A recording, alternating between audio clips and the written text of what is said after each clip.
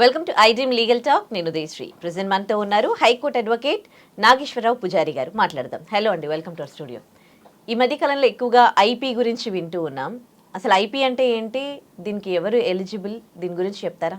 జనరల్గా ఐపీ అంటే ఏంటంటే దానికి మనం ఇన్సాల్వెన్సీ పిటిషన్ అంటాం. ఐపీ అంటే ఇన్సాల్వెన్సీ పిటిషన్ అంటే ఏంటంటే మన భారతదేశంలో సింగిల్ వ్యక్తి కానీ లేదా ఒక కంపెనీ కానీ ఒక ప్రొప్రైటర్షిప్ కానీ లేకపోతే ఒక ప్రైవేట్ లిమిటెడ్ కానీ లేకపోతే ఒక లిమిటెడ్ కంపెనీలు కానీ వాళ్ళు ఫైనాన్షియల్గా లాస్ అయ్యి, ఇప్పుడు జనరల్గా మనం ఒక బిజినెస్ చేసేటప్పుడు లేకపోతే ఏదైనా ఒక ట్రాన్సాక్షన్ చేసేటప్పుడు మన దగ్గర మనీ లేదనుకో రకరకాల పద్ధతుల ద్వారా మనం మార్కెట్ నుంచి తెచ్చేసుకుంటాం.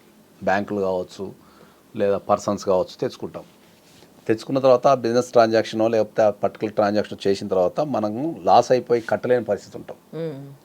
ఆ కట్టలేని పరిస్థితినే మనం జనరల్గా ఇన్సాల్వెన్సీ పిటిషన్ అంటాం. అది ఒక్కొక్కరికి ఒక్కొక్క రకంగా ఉంటుంది. ఇప్పుడు ఇండివిజువల్ వ్యక్తి ఉంటాడు, మార్కెట్లో సమాజంలో ఒక ఇండివిజువల్ వ్యక్తి ఉంటాడు, ఒక బిజినెస్ చేద్దాం అనుకుంటాడు. బిజినెస్ చేద్దాం అనుకున్న తర్వాత ఇన్వెస్ట్మెంట్ కావాలి కాబట్టి ఆయనకు ఒక ఐడియా ఉంటుంది. మనకు తెలిసిన వాళ్ళ దగ్గర నుంచి షార్ట్ టర్మ్ లోన్సో లాంగ్ టర్మ్ లోన్సో ఇంట్రెస్ట్కో నాన్ ఇంట్రెస్ట్కో తెచ్చేసుకొని బిజినెస్ స్టార్ట్ చేస్తాడు. చేసిన తర్వాత అది సక్సెస్ కాదనుకుందాం, అప్పుడు రీపేమెంట్ కష్టమవుతుంది కదా. సో ఆ రీపేమెంట్ కష్టమైనప్పుడు ఆ బిజినెస్ పర్సన్ వెళ్ళి కోర్టులో నేను సో పర్సన్ దగ్గర నుంచి నేను పైసలు తెచ్చుకున్నా, సో ట్రాన్సాక్షన్ చేసిన, దీనివల్ల నేను లాస్ అయిపోయినా కాబట్టి నేను కట్టలేని పరిస్థితి ఉంది అని చెప్పి వేసుకోవడాన్ని ఐపీ అంటాం. అట్లనే కంపెనీలు కూడా ఇప్పుడు ప్రైవేట్ లిమిటెడ్ కంపెనీస్ కానీ లిమిటెడ్ కంపెనీస్ కానీ లేకపోతే వాళ్ళు కూడా ఏంటంటే పబ్లిక్ దగ్గర నుంచి మనీ తీసుకుంటారు, బిజినెస్ స్టార్ట్ చేస్తారు లేకపోతే ఉన్న బిజినెస్ని గ్రో చేస్తాను తీసుకుంటారు. తీసుకున్న తర్వాత అది సక్సెస్ కాదు, ఫెయిల్యూర్ అయిపోతుంది. ఫెయిల్యూర్ అయినప్పుడు వాళ్ళు ఏం చేస్తారంటే లిక్విడేషన్ పెట్టుకుంటారు. అంటే ఇక మా దగ్గర మేము కట్టలేము కాబట్టి మేము ఇన్సాల్వెన్సీ పిటిషన్ ఫైల్ చేసుకుంటున్నాం అని చెప్పేసి వాళ్ళ దగ్గర ఉన్న ఆస్తులు అప్పులు అన్నీ కోర్టుకు సబ్మిట్ చేసి మీరు డిసైడ్ చేయండి అని చెప్పేసి కోర్టులో పిటిషన్ వేసుకుంటారు. ఓన్లీ బిజినెస్ చేసేవాళ్ళు బిజినెస్లో లాస్ ఒకటి చూపించి ఇన్సాల్వెన్సీ పిటిషన్ వేసుకోవచ్చా? కొంతమంది చిట్స్ వేస్తూ ఉంటారు, చిట్లు ఎత్తేసేసి పారిపోతూ ఉంటారు, వాళ్ళు కూడా వేసుకోవచ్చా? అండ్ కొంతమంది జనరల్గా ఇప్పుడు చిట్స్ వేసి నేర్పడం అంటే ఏంటంటే అకార్డింగ్ టు ద లా ప్రకారం ఏంటంటే general public without government permission chits నడపనికి లేదు, అది ఇల్లీగల్ అది 100%. కాకపోతే మనకు సమాజంలో నమ్మకాలు ఉండి వేరే ఎక్కడికి పోతాడు ఇస్తాడు కదా అని చెప్పేసి ఇక వేరే దగ్గర చిట్టేయాలంటే కొద్దిగా లీగల్ ప్రాసెస్ ఎక్కువ, తర్వాత టైంకి రావు, తర్వాత వాటికి ఫామ్స్ నింపాలి, ఎంత తంతాంగం అంటుంటుంది. కాబట్టి మనోళ్ళు ఎక్కువ ఈ పర్సన్స్ దగ్గర వేసే చిట్టీల మీద ఆధారపడుతుంటారు జనరల్గా. సో ఈ పర్సన్స్ ఇచ్చే ఆ చిట్టీలు కూడా మ్యాక్సిమం ఒక 90% ఓకే మార్కెట్లో రన్ అవుతుంటే మంచిగానే ఇస్తుంటారు. ఒక 10% అప్పుడప్పుడు వాళ్ళు ఫండ్స్ మిస్యూజ్ చేయడం ద్వారా ఇవి పారిపోవడము ఇవ్వకుండా పోవడం లాంటివి జరుగుతుంటాయి. కానీ జనరల్గా అంతా తెలిసిన వాళ్ళే ఉంటారు, దగ్గర వాళ్ళే ఉంటారు కాబట్టి వేసుకుంటుంటారు జనరల్గా. కానీ అకార్డింగ్ టు ద లా అయితే పర్సనల్ సిట్స్ వేయటం అనేది 100% అయితే తప్పు, ఇక లేదు, అది క్రైమ్ కూడా. కాకపోతే ఏంటంటే ఇక మనకు ప్రాక్టీస్ అనేది వేరుంటుంది, కొద్దిగా చట్టం అనేది వేరుంటుంది, కస్టమ్స్ అనేది వేరుంటుంది, చట్టం అనేది వేరుంటుంది. ఇప్పుడు మీకు అందరికి అర్థమయ్యే భాషలో ఏంటంటే మన జనరల్గా జంతు బలి ఇవ్వద్దు according to the law, okay. కానీ మనం అయిన దానికి కాని దేవత దగ్గరికి వెళ్ళి పోస్తూనే ఉంటాం. ఇది ఆచారం, ఇది చట్టం, ఈ రెండు మిళితమై ఉంటాయి కాబట్టి అట్లనే ఈ చిట్స్ కూడా అంతే. ఒకటే ఊర్లో ఉంటారు, తెలిసిన వాళ్ళు ఉంటారు, ఎప్పటి నుంచో తెలిసిన వాళ్ళు ఉంటారు, ఏం గారు మిస్యూజ్ చేయరు అనే ఉద్దేశంతో చేస్తుంటారు. దాంట్లో కూడా ఒక 10 to 20% అప్పుడప్పుడు లేపేయడాలు అంటే పారిపోవడాలు కట్టకపోవడాలు ఎంత జరుగుతూనే ఉంటుంది.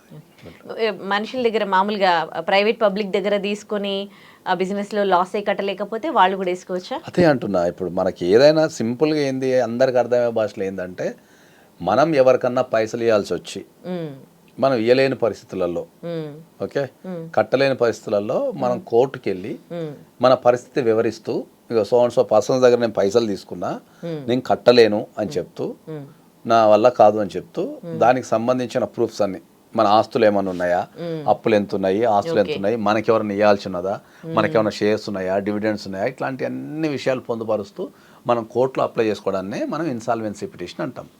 జనరల్ పరిభాషలో ఏంటంటే ఐపీ అంటాం. జనరల్గా ఐపీ పెట్టిండు అనే పదం పూర్వకాలంలో ఏంటంటే ఐపీ పెట్టిండంటే వాడిని ఊరి నుంచి వెలేయటము, వాడిని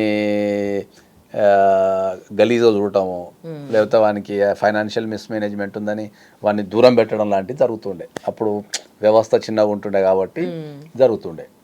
సో ఇప్పుడు వ్యవస్థ పెరిగిపోయింది కాబట్టి ఒకరికొకరు పెద్ద పరిచయం లేదు కాబట్టి ఇప్పుడు అట్లాంటిది ఏం లేదు.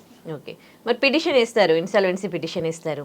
ఆ తర్వాత నెక్స్ట్ అంటే ఈ ఇంత డ్యూరేషన్లో కడతానా లేకపోతే మొత్తం ఇంకా నేను కట్టను అనా? ఇచ్చిన వాళ్ళ ఐపీ పరిస్థితి అంటేనే నేను కట్టలేననే పరిస్థితిని ఐపీ అంటారు. ఇంకా మొత్తం నేను కట్టలేదు, కట్టలేననే దాన్ని ఐపీ అంతే. ఇక ఇప్పుడు మరి ఇచ్చిన వాళ్ళ పరిస్థితి ఏంది? అంతే, దాన్ని ఏమి ఉండదు. కోర్టు వెరిఫై చేస్తుంది, ఇటు కట్టలేడయ్యా పైసలు లేవని చెప్పేసి ప్రూవ్ చేసుకోవాలి. మనం కట్టలేని పరిస్థితిలో ఉన్నాము అనేది ప్రూవ్ చేసుకోవాలి. మనం వాళ్ళకి ఏమైనా ప్రాపర్టీస్ అవన్నీ ఉన్నాయనుకో, అదే ప్రూవ్ చేసుకోవడం అంటారు. ప్రాపర్టీస్ ఉంటేనేమో అమ్మి మళ్ళీ వాళ్ళకి కట్టేస్తారు కోర్టు. ఓకే, ప్రాపర్టీస్ అది సబ్మిట్ చేయాలి మనం కంపల్సరీ. మన ఆస్తులు, మన అప్పులు, మనకి ఎవరైనా ఇచ్చేది ఉన్నా కూడా మనం సబ్మిట్ చేయాలి, ప్రూఫ్తో సహా సబ్మిట్ చేయాలి. అన్నీ మన జీవితంలో ఉన్న ప్రతి ట్రాన్సాక్షన్ కోర్టు కూడా పెట్టేసేయాలి. కోర్టు వెరిఫై చేసి ఇది జెన్యున్గా ఉంది అనుకుంటే ఐపీ డిక్లేర్ చేసేస్తుంది, జెన్యున్గా లేదు అంటే ఐపీ డిస్మిస్ చేసేస్తుంది. అట్లా ఇక కొన్ని సందర్భాలలో ఏంటంటే ఇచ్చేటప్పుడు కొంత రిస్క్ ఉంటుంది, దాన్ని వినిట్టు రిస్క్ అనేది తీసుకోవాలి. కాబట్టి ఇక ఇంత నాకు తెలిసి సమాజంలో ఐపీలు ఒక 0.0001% కూడా పడవు. తెలియదు కదా వాళ్ళకి, పడవు అంటున్నా, అంత రావు. ఇప్పుడు మీ జీవితంలో ఎంతమంది చూసి ఉండొచ్చు ఐపీ పెట్టిన వాళ్ళని? ఎక్కువ పడవు, అదే అంటున్నది, ఎక్కువ పడవు అవి. పడే పర్సంటేజ్ ఇది తక్కువ ఉంటుంది. అందుకే అది కూడా కట్టద్దని ఎవరు అనుకోరు. కానీ ఒక దశ దాటిన తర్వాత ఏంటంటే చాలా సందర్భాలలో వచ్చే ప్రాబ్లం ఎక్కడ ఉంటుంది అంటే ఏంటంటే వీనికి కట్టగలిగే శక్తి ఉంటుంది. ఎవరైతే ఫైనాన్స్ తీసుకున్నారో వాళ్ళకి కట్టగలిగే శక్తి ఉంటుంది, వాళ్ళకి టైం ఇస్తే వాళ్ళు కట్టగలుగుతారు. కానీ ప్రాబ్లం ఎక్కడ వస్తుంది అంటే ఎంతమంది అప్పులలో ఉన్నారో అంతమంది అప్పులలో ఒకటేసారి మీద పడిపోయి ఎవరి కాళ్ళు మీద పడిపోయి ఓకే నువ్వు కడతావా సస్తావా అని కూర్చుంటారు. This the biggest problem in the financial transactions. నీకు ఐపీ అయినా క్రెడిట్ కార్డ్స్ అయినా పర్సనల్ లోన్స్ అయినా ఏమవుతుంది అంటే ఏంటంటే వీడు నెలకు ఒక 50,000 కట్టగలుగుతాడు ఓకే, కానీ వీడు కట్టేది 2-3 లక్షలు ఉంటుంది నెలకు. ఆ 2-3 లక్షలు కట్టలేక వీడు సతమతం అయిపోతుంటాడు. సో దాన్ని ఆర్గనైజ్ చేసుకుంటే వీడు కట్టగలుగుతాడు మళ్ళీ. కానీ వీళ్ళు కట్టే అవకాశం వానికి ఇయ్యరు. ఎవరి కాడ వచ్చేసి నాకు ఇస్తావా? ఇప్పుడు మీకు అర్థమయ్యే భాషలో ఏంటంటే ఇప్పుడు ఒక బ్యాంక్ ఉంది, ఆ బ్యాంకులో పైసలు రొటేషన్ అవుతుంటాయి. ఆ బ్యాంకులో ఉన్న వాళ్ళందరూ ఒకటేసారి పోయి నా పైసలు ఇస్తావు వస్తాను కూర్చుంటే బ్యాంక్ కూడా ఇవ్వలేదు పైసలు, బ్యాంక్ కూడా ఇవ్వలేదు పైసలు, చేతులు ఎత్తేస్తారు. ఆ మధ్యలో ఎస్ బ్యాంక్ ప్రాబ్లం వచ్చినప్పుడు అందరూ ఒకటేసారి పైసలు నీకు లేదని, ఒక 50,000 కంటే విత్డ్రా చేయనీకి లేదని అట్లా కొన్ని రూల్స్ పెట్టేసి దాన్ని ఆర్గనైజ్ చేసిళ్ళు. సో బ్యాంకింగ్ కాబట్టి ఆర్బీఐ ఉంది కాబట్టి వాళ్ళు అట్లా ఆర్గనైజ్ చేసరికి ఏంటంటే వాళ్ళు చదువుకొని మళ్ళీ ఎస్ బ్యాంక్ పైకి వచ్చేసింది. అట్లాంటి అవకాశం మన పర్సన్కి ఇస్తే మళ్ళీ వాడు ఎదగలుగుతాడు. కానీ ఏంది రైన పోయి కూర్చొని నువ్వు ఇస్తావా వస్తావా, ఇప్పుడు మేము చచ్చిపోతున్నాం ఆత్మహత్య చేసుకుంటాం, లేకపోతే ఒక పెండ్లు ఉందనో, లేకపోతే మా నాన్న హాస్పిటల్ ఉండనో, అమ్మ హాస్పిటల్ ఉందనో, ఫారెన్ వెళ్ళాలనో అందరూ ఒకటిసారి మీద పడిపోతారు. అందరూ ఒకటిసారి మీద పడటంతో ఆ పర్సన్ దాన్ని అకాడమిట్ చేయలేడు. చేయలేనప్పుడు ఏం చేస్తాడు? చేతులు ఎత్తేస్తాడు. అప్పుడు రెండేదా ఉంటాయి, చచ్చిపోవడం, కోర్టుకు వెళ్ళటం. చాలామంది నేను అంటే మనం లీగల్ ఎడ్యుకేషన్ ఎందుకు చెప్తున్నామంటే ఏంటంటే చాలా స్పష్టంగా ప్రతి ఒక్కరికి మనం ఎందుకు చెప్తున్నామంటే ఏంటంటే చాలామంది వాళ్ళకు ఫైనాన్షియల్ ఇబ్బంది ఎదురైనప్పుడు దాన్ని మేనేజ్మెంట్ చేయలేకనే వాళ్ళు చచ్చిపోవటమో చంపడమో చేస్తున్నారు. అది ఒక తాత్కాలికమైన పీరియడ్ మాత్రమే. దాన్ని కరెక్ట్ మేనేజ్ చేయగలిగితే ఫైనాన్స్ ప్రాబ్లం వచ్చినప్పుడు దాన్ని కరెక్ట్ కొద్దిగా మేనేజ్ చేయగలిగి, ఎప్పుడైనా ప్రాబ్లం ఏంటంటే సమస్యలు ఉన్నప్పుడు దాన్ని మేనేజ్ చేయలేడు. ఒక వ్యక్తికి ఫైనాన్షియల్ ప్రాబ్లం వచ్చింది, వాడు సమస్యలు ఉన్నప్పుడు దాన్ని మేనేజ్ చేయలేడు. ఎందుకు చేయలేడు అంటే ఏంటంటే అమ్మ వీడేం ఫోన్ చేస్తాడో, వాడెవడి ఇంటికి వస్తాడో, వీడు ఆ వచ్చేటోని గురించి తలుసుకొనే వీడు స్ట్రెస్ ఫీల్ అయిపోయి ఏ రకమైన ప్లాన్ చేయలేడు. వానికి ఐడియాలు రానివారు, వచ్చినా అమలు పాసనయ్యారు. అట్లాంటి సందర్భంలోనే అంటే నీకేదైనా ఇబ్బంది కలిగినప్పుడు అట్లాంటి సందర్భంలోనే నీకు ఒక మంచి ఫ్రెండో ఒక మంచి అడ్వకేటో ఉంటే నిన్ను ఆ సమస్య నుంచి బయటపడేయగలుగుతాడు. స్ట్రాంగ్ పర్సన్ ఉండాలి నీ లైఫ్లో. స్ట్రాంగ్ పర్సన్ ఉంటే ఆ సమస్యను మొత్తం హ్యాండిల్ చేయగలిగే ఒక స్ట్రాంగ్ పర్సన్ ఉంటే నిన్ను ఆ సమస్య నుంచి ఈజీగా బయటపడేయగలుగుతాడు.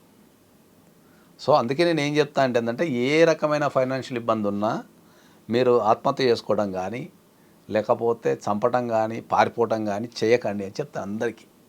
ఎందుకంటే రెగ్యులర్గా పేపర్ చూస్తుంటా కదా, ఫైనాన్షియల్ ఇబ్బందితో ఆత్మహత్యలని, లేకపోతే ఫైనాన్షియల్ ఇబ్బందితో వాడు చచ్చి కుటుంబాన్ని చంపిండని, ఫైనాన్షియల్ ఇబ్బందితో పారిపోయాడని ఇట్లాంటివన్నీ చదువుతుంటా కదా. అరే వీళ్ళకు దీన్ని ఆర్గనైజ్ చేసుకుంటే అయిపోతుంది కదా, పారిపోవడం ఎందుకు? ఏడికి పారిపోతావు సమాజంలో మీరు చెప్పండి. ఇప్పుడున్న టెక్నాలజీకి నువ్వు ఎక్కడికి పారిపోలేవు, ఎక్కడికి పారిపోలేవు. పారిపోవడం అనేది మూర్ఖత్వం. ధైర్యంగా కూర్చొని దాన్ని ఆర్గనైజ్ చేసుకొని మళ్ళీ నిలబడి అదే సమాజంలో నువ్వు గట్టి నిలబడగలిగితే దాన్ని మించిన మీకు గుణపాఠం లేకపోతే ఒక పోరాటం ఏది ఉండదు. కాబట్టి అందరికీ నేను స్ట్రాంగ్లీ అడ్వైజ్ ఏంది అంటే, ఫైనాన్షియల్ ఇబ్బందులు ఎదురైనప్పుడు మీకు ఆలోచించే శక్తి అనేది తగ్గిపోతుంది. మీరు డిప్రెషన్లో ఉంటారు, మీరు స్ట్రెస్లో ఉంటారు, మీకు ఆలోచనలు రావు, ఐడియాలు రావు, మీకు నెగిటివ్ థాట్స్ వస్తుంటాయి. కాబట్టి ఒక మంచి ఒక స్ట్రాంగెస్ట్ ఫ్రెండ్నో ఒక మంచి నాలెడ్జ్ ఉండి మీకోసం పోరాడగల ఒక అడ్వకేట్ను కనుక మీరు సంప్రదించగలిగితే డెఫినెట్లీ మీరు ఆ సమస్య నుంచి 100% మీరు బయటపడతారు. మళ్ళీ మరి కొత్త జీవితాన్ని మళ్ళీ ప్రశాంతంగా స్టార్ట్ చేసుకోవచ్చు. Thank you so much.